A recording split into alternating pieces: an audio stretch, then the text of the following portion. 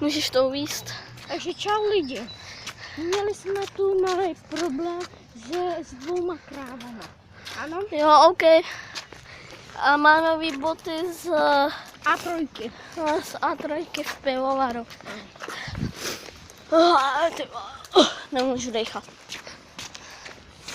Takže jsme měli menší problémy a Měli jsme problémy hlavně s těma krávama. Mě samozřejmě tašku pomazali lepidlem.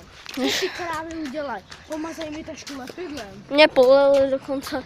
Ale naštěstí je jaro, léto, takže je to v pohodě. Žádný léto není. Je vždyť je horko jak v prdeli.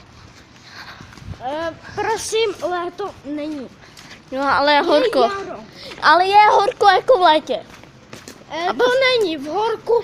V létě je přes 30 stupňů. Teďka je tak 50. Ne. Teďka je nějak 20 stupňů. A se je to horko. Já lidem. Pro tebe je horko, pro mě ne. Ty vole, uploadu 2minutový video.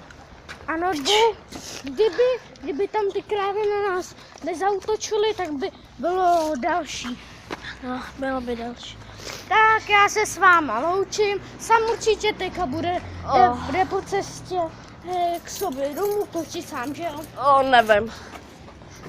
Sam se tady přežral. Jídelně. Dal si 9 knedlíků.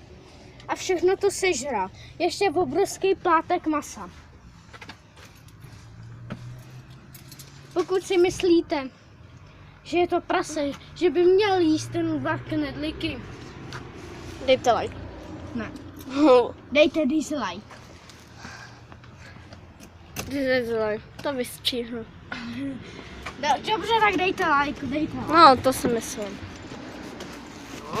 Tak já se s váma loučím a čau. No a jdu za babičkou.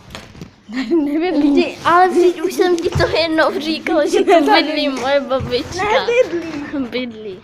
Ale fakt tu bydlí, já se nedělám prdel. Jaký má příjmení? Já neznám svoji babičku. Dobře, takže nepustím. Ne, ale já tu Vypál. ale ona tu bydlí moje prababička. A já jsem u své prababičky nikdy nebyla, nepamatuju si její příjmení. Takže Maza. Ne, ona tu fakt Tak bydlí. si zapamatuj, jaký je příjmení tvý babičky. Štolková. Takže jdem. Stolková tady není.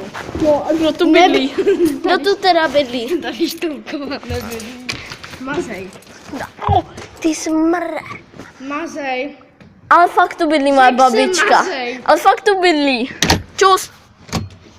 Ale fakt, Kecáš. a fakt tu bydlí. Bydlí. Já jen to můžu ukončit toto video a zatím čus.